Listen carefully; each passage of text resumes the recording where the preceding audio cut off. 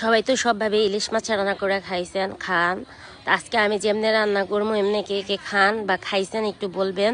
আসসালামু আলাইকুম, সবাই কেমন আছেন? আলহামদুলিল্লাহ আমি খুব ভালো আছি। আজকে আমি নতুন পদ্ধতিতে ইলিশ মাছ রান্না করব। নতুন বলতে এভাবে আমি অনেকেই রান্না করতে দেখছি, কিন্তু আমি যেভাবে রান্না করি এভাবে আমি খুব কম মানুষকেই দেখছি আসলে। তো আজকে আমি নতুন পদ্ধতিতে ইলিশ মাছ রান্না করার জন্য এই যে একটা কড়ার মধ্যে অনেকগুলা পেঁয়াজ, তারপর হলুদ, মরিচ, ধনিয়া গুঁড়া, সামান্য একটু রসুন বাটা দিয়ে তারপর আমি ভালো করে পেঁয়াজরে ভালো করে মইত্তা মাইখা নিছি।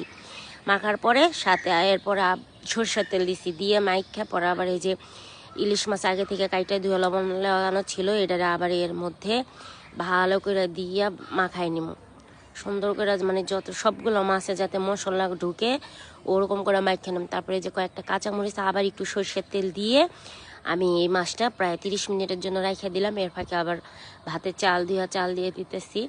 এই যে প্রায় 30 মিনিট হয়ে গেছে। এখন আবার আমি ভালো করে মাইখা এখন এই যে আমার পদ্ধতি হয়েছে পলির মধ্যে আমি মাছটা ঢুকাইতেছি।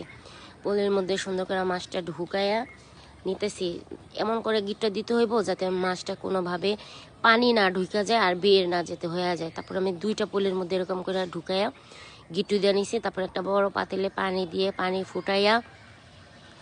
ফুটাইয়া তারপরে এর মধ্যে আমি পলিটা দিয়ে দিলাম। পলিটা দিয়ে প্রায় 1 ঘন্টার মতো আমি এটা রান্না করবো। একটু মাঝে মাঝে আবার একটু উল্টায় পাল্টাই দিব যাতে 4-5টা সিদ্ধ হয়ে যায়। ভালো করে উল্টায় পাল্টাইয়া মাছটারে পানির ভিতরে ঘুরাই আর কি দিতে হবে, খুচন দিয়া লাইরা ঘুরাই দিছি। প্রায় এরকম করে আমি 2 থেকে 3 বার উঠাইয়া ঘুরাইয়া আমি এই পটলাটারে লাইরা দিছি।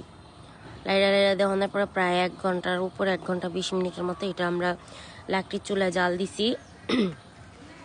লাকড়ির চুলায় প্রায় জাল দিয়ে পরে এই যে নামায় একটু হালকা ঠান্ডা করে এই যে আমি পটলাটার এখন একটা আলাদা করার মধ্যে উঠাই নিতেছি।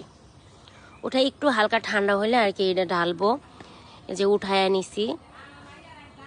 উঠাই যে পটলারে আমি খুলতে পারতেছিলাম না, গরম। তারপরে বডি দাও কাইটটা লইছি। কাইটটা তারপরে এই যে ঢালতাছি। মানে এত ঘেরান বাইরে হয়েছে মাছটা থেকে, আর মাছটা অনেক বড় ছিল, প্রায় 2 কেজি ওজনের মতো, 2 কেজি ওজনের মতো মাছটা ছিল। এত বেশি ফ্লেভার আসতেছিল, মানে দেখলে মন চাইতেছে খায়া ফেলাই। তেল উঠছে আর কাঁচা মশলা ঘেরানটা, আর ইলিশ মাছ তো অন্যরকম। অনেক ভালো হয়েছিল। ভালো থাকবেন সবাই, আল্লাহ হাফেজ।